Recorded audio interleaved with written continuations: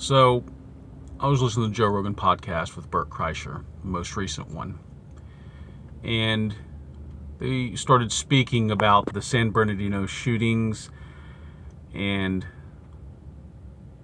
him, and very well-meaningly, talking about what can be done, what can we do, or is there anything that we can do.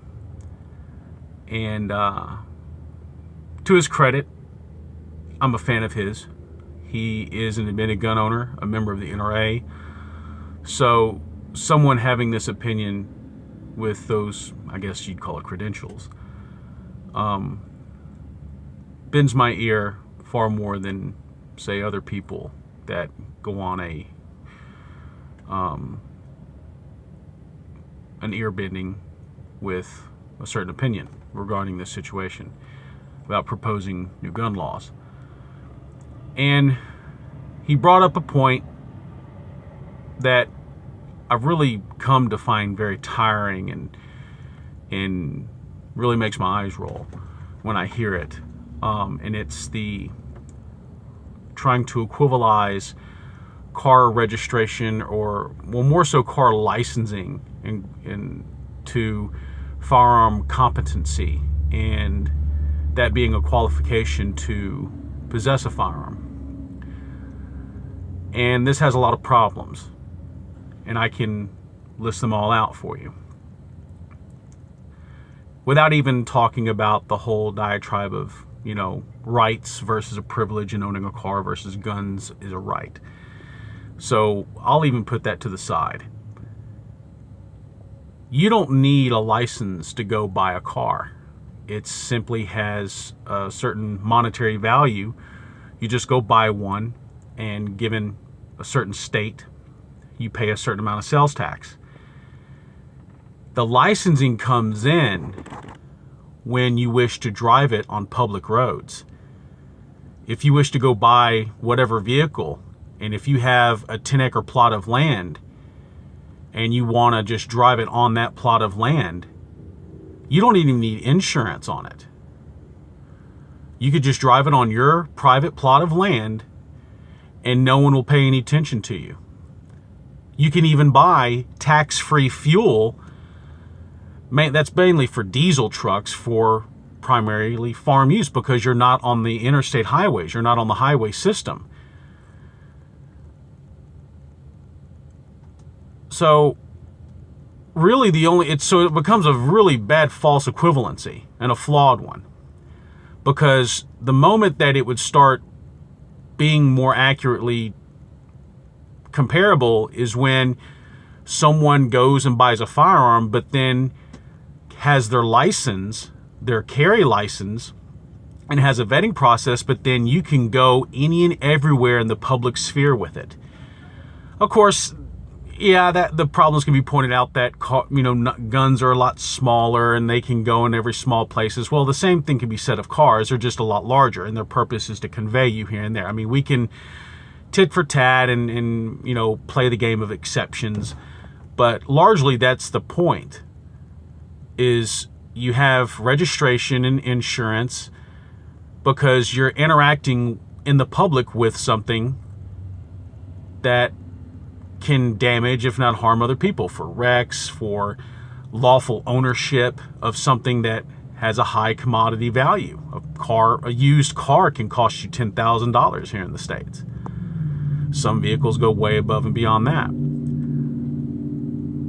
And of course, you pay your taxes in terms of fuel purchases and other ways, and every state is a little different, but largely it's from purchasing fuel. And so an infrastructure was set up to maintain the roads by charging you through the consumption of fuel, largely. So unless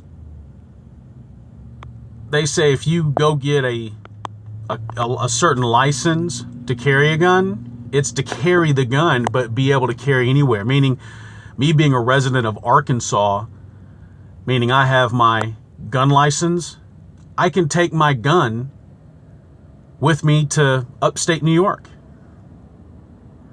That would be a legitimate comparison. And there's all kinds of details people can wax poetically on.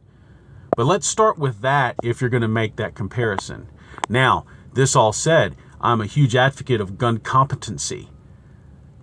And I've thought about what are ways to incentivize people to, one, possess and keep in arms, but to be competent in terms of just using a firearm as a tool, as well as having very well-rounded mental faculties on times of legitimate deployment for protection of themselves or protection of someone else in a crazy situation. There's many different ways that can be incentivized. A couple of things I've brainstormed is have tactical instruction given that's part of an endorsement on your carry license. But the incentivization is that upon deployment, if you are then found not criminally negligent or criminally in any extent, you can't be pursued civilly because you've gone through training. And if there's no criminal case against you, why should there be a civil one? Furthermore, part of the nationwide reciprocation carry of a gun license is that it inevitably involves a certain amount of insurance. But I would say that would go more towards legal fees in the event of something like that. Many people can disagree with this or come up with better ideas. That's certainly cool with me. By all means, feedback, it's cool. But to say we need all kinds of registration, we need to do this, we need to do that, we need to do more, well, you need to go check out PolitiFact's article about Senator Kelly citing the thousands upon thousands of failed background checks under the current system that it's done that were never pursued by the Justice Department. Thousands of them were not pursued. Now, of course, they only rank it mostly true, but we all understand PolitiFact's certain leanings, which is fine. Pick your side if you want. But enforce those before throwing more shit on the fire. Because it's not gonna do anything. It's not gonna make any progress whatsoever. So, just a few thoughts. I really get annoyed at the whole car licensing thing because it's an apple and an orange. Hell, it's a box and a sphere for that matter. It's two grossly misappropriated things. Anyway, that's all I got to say. And remember, flame responsibly.